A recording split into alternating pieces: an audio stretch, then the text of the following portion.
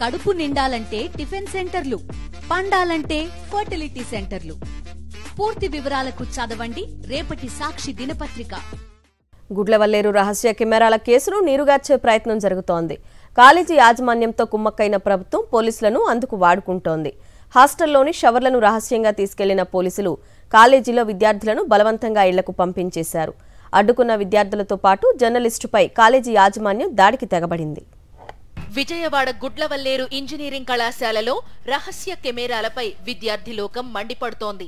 కారకులపై చర్యలు తీసుకోవాలంటూ విద్యార్థినులంతా ఆందోళన కొనసాగిస్తున్నారు. దీంతో ఎలాగైనా ఈ కేసును నీరుగార్చేందుకు ప్రభుత్వం కుట్రలు పన్నుతోంది. కాలేజీ యాజమాన్యంతో కుమ్మక్కైన పోలీసులు ఆధారాలను చెరిపేసే ప్రయత్నాలు ప్రారంభించారు. ఈ ఘటనను నిరసిస్తూ గురువారం రాత్రి నుంచి నిద్రాహారాలు లేకుండా ఆందోళన చేస్తున్నారు విద్యార్థులు. మరోవైపు అర్ధరాత్రి విద్యుత్ సరఫరా నిలిపివేసిన పోలీసులు గుట్టుగా తనిఖీలు చేపట్టారు. వాష్రూముల్లోని షవర్లను ఊడదీసి ఎవరికీ తెలియకుండా తీసుకెళ్లడం అనుమానాలకు తావిస్తోంది. ఇంత పెద్ద ఘటన జరిగినా దీన్ని చిన్నగా చేసి చూపించేందుకు కాలేజీ యాజమాన్యంతో పాటు ప్రభుత్వం ప్రయత్నిస్తోంది. ఫిర్యాదు చేస్తే ఎదురు కేసులు పెడతామంటూ హాస్టల్ వార్డెన్ విద్యార్థులను బెదిరించారు. మరోవైపు న్యాయం కోసం ఆందోళన చేస్తున్న స్టూడెంట్స్ కు అండగా నిలవాల్సిన పోలీసులు కూడా యాజమాన్యానికే వత్తాసు పలుకుతున్నారు. ఇన్వెస్టిగేషన్ జరుగుతుంటే ఎందుకిలా చేస్తున్నారంటూ మండిపడ్డారు. ఇన్వెస్టిగేషన్ జరుగుతుంది, మీరు ఎందుకు ఇలా చేస్తున్నారు చెప్తున్నా, క్లారిటీగా చెప్తున్నా. ఎస్పీ అధికారులు వచ్చి మొత్తం చెప్తున్నారు, మీకు అర్థం కావట్లేదు. నిన్నటి నుంచి తిండి చెప్పలేక వర్షంలో తడుచుకుంటే ఇక్కడ పడి ఏడుస్తున్నాం. మీకు చెప్తున్నా, మేమేం చేస్తాం మేడం. మీరు ఇక్కడ ఉన్నారంటే మీకు పర్పస్ ఉంది. మీరు ఇక్కడ ఉన్నారంటే పర్పస్ ఉంది. పూర్తిగా కళ్ళతో చూసిన విషయాన్ని మాత్రమే నమ్మాలి. అంతేగాని అక్కడ ఏం జరిగిందో ఏమైందో తెలుసు. ఈ క్రమంలోనే హాస్టల్లో ఉన్న విద్యార్థులందరినీ ఇళ్లకు పంపించింది కాలేజీ యాజమాన్యం. తాము హాస్టల్లోనే ఉంటామని తెగేసి చెప్పినా పట్టించుకోలేదు. ఈ విషయం తెలుసుకున్న విద్యార్థి సంఘాలు కాలేజ్ గేటు ముందు ఆందోళన చేపట్టాయి. పోలీసుల సాయంతో వారిని కూడా అక్కడి నుంచి పంపించేశారు.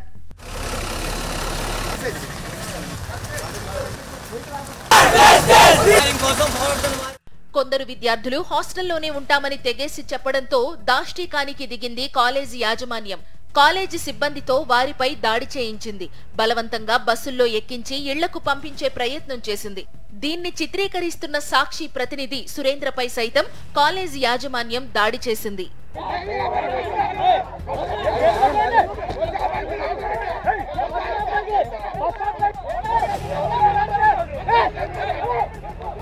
ఈ ఒక్క ఘటనతో కూటమి ప్రభుత్వంలో ఆడపిల్లలకు ఏ మేరకు రక్షణ ఉందనేది స్పష్టమైపోయింది.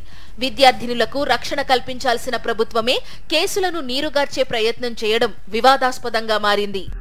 గుడ్లవల్లేరు ఇంజనీరింగ్ కాలేజీలో అంతా రహస్యమేనా?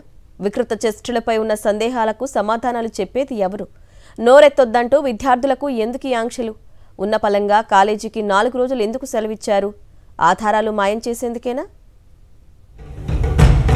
గుడ్లవల్లేరు ఇంజనీరింగ్ కళాశాల బాలికల వాష్రూంలో రహస్య కెమెరాల వ్యవహారంలో యాజమాన్యం, ప్రభుత్వం దొంగాటపై ప్రజలు, మేధావులు మండిపడుతున్నారు. దాచిపెట్టడానికి నిర్లక్ష్యంగా వ్యవహరించిన యాజమాన్యాన్ని రక్షించడానికి సర్కారు తాపత్రయం పడుతుండటంపై తీవ్ర విమర్శలు వ్యక్తమవుతున్నాయి.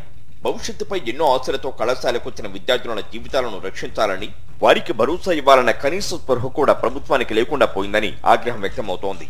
ఈ ఘటనలో యాజమాన్య వైఫల్యం, ప్రభుత్వ నిర్లక్ష్యం సుస్పష్టంగా కనిపిస్తున్నప్పటికీ దీనిపై చర్యలు తీసుకోవడంలో సాగుతున్న జాప్యంపై అనుమానాలు వ్యక్తమవుతున్నాయి. దేశవ్యాప్తంగా కలకలం రేపుతున్న గుడ్లవల్లేరు రహస్య కెమెరాల ఘటనపై ప్రజలు, మేధావులు, వివిధ ప్రజా విద్యార్థి సంఘాల నేతలు సంధిస్తున్న ప్రశ్నలకు కాలేజీ యాజమాన్యం, ప్రభుత్వం సమాధానం చెప్పి తీరాల్సిందే. ఈ ఘటనలో ఎందుకింత ఉదాసీనంగా వ్యవహరిస్తున్నారు? సీనియర్ల పేరుతో ఆకతాయిల వేధింపులు శృతిమించిన యాజమాన్యం ఎందుకు అడ్డుకట్ట వేయలేకపోతోందనేది తేలాల్సి ఉంది. స్టూడెంట్స్ వాష్రూమ్ లో రహస్య కెమెరాలు పెట్టే దుస్సాహసానికి కొందరు ఒడిగట్టినా ఎందుకు సీరియస్ గా తీసుకోలేదు? ఈ విషయమై వారం క్రితమే విద్యార్థులు కంప్లైంట్ చేసినా ఎందుకు పట్టించుకోలేదనే ప్రశ్నలు ఎదురవుతున్నాయి. ఈ విషయాన్ని పోలీసులకు చెప్పారా? చెబితే వారు ఎందుకు స్పందించలేదనే ప్రశ్నలకు సమాధానాలు రావాల్సి ఉంది. కాలేజీ మేనేజ్మెంట్ టీడీపీ నేతల బంధువులది కాబట్టి చూసి చూడనట్టు పోలీసులు వదిలేశారా? ఇంత దారుణ ఘటన జరిగాక కూడా బాధిత బాలికల్లో నైతిక స్థైర్యం నింపాల్సిన ప్రభుత్వం ఎందుకు యాజమాన్యం పట్ల సానుకూల వైఖరి అవలంబిస్తోంది? రహస్య కెమెరాలతో ఏకంగా 300 వీడియోలు తీసిన భాగోతం బగ్గుమంటుంటే ఆ దిశగా ప్రభుత్వం ఎందుకు దృష్టి పెట్టడం లేదని సగటు సామాన్య ప్రజలు ప్రశ్నిస్తున్నారు. మనోధైర్యం నింపాల్సిన యాజమాన్యం, ప్రభుత్వం ఎందుకు నిర్బంధంగా వ్యవహరిస్తున్నాయి? కళాశాల పాలకవర్గ సలహాదారు రవీంద్రబాబు రంగంలోకి దిగి విద్యార్థులను ఎందుకు బెదిరించారనే ప్రశ్నలకు సమాధానం లేదు. ఇన్వెస్టిగేషన్ జరుగుతుంది, మీరు ఎందుకు ఇలా చేస్తున్నారు?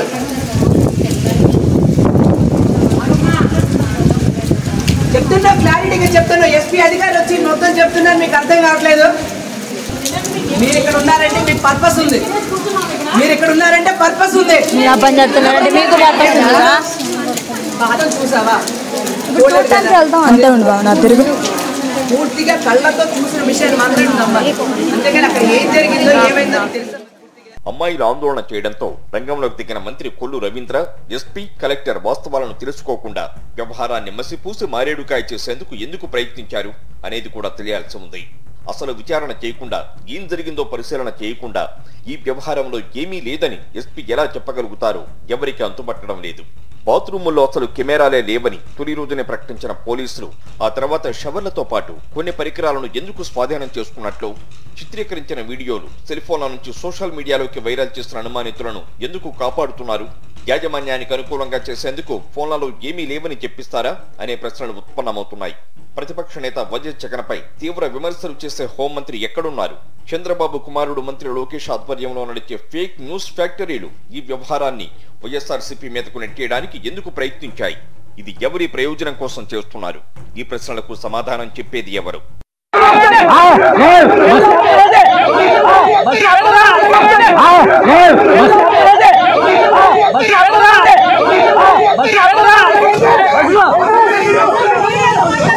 బాధిత అమ్మాయిలకు అండగా నిలిచిన వైఎస్ఆర్సీపీ నేతలు, విద్యార్థి సంఘం నేతలు, తల్లిదండ్రులు, మహిళా కమిషన్ హాస్టల్ ప్రాంగణంలోకి వెళ్లకుండా యాజమాన్యం, పోలీసులు ఎందుకు అడ్డుకున్నారు?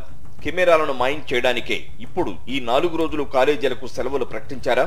విద్యార్థులను ఇంటికి పంపితే హాస్టల్లో ఆధారాలు తారుమారు చేయడానికి సెలవులు ఇచ్చారా అనే ప్రశ్నలు ఎదురవుతున్నాయి. ఆడపిల్లలు ఆధారాలు ఉంటే తనకు పంపాలని సీఎం చెప్పడం దారుణం కాదా? విద్యార్థుల గ్రూపుల్లో వైరల్ అయిన అలాంటి వీడియోలను ఏ మహిళైనా పంపిస్తారా అంటూ మహిళా లోకం ప్రశ్నిస్తోంది. చట్ట ప్రకారం బాధిత యువతల ఆధారాలు బయట పెట్టకుండా ఘటనపై దర్యాప్తు చేయాలనే కనీస జ్ఞానం కూడా ఈ ప్రభుత్వానికి లేదా అనే విమర్శలు వ్యక్తమవుతున్నాయి.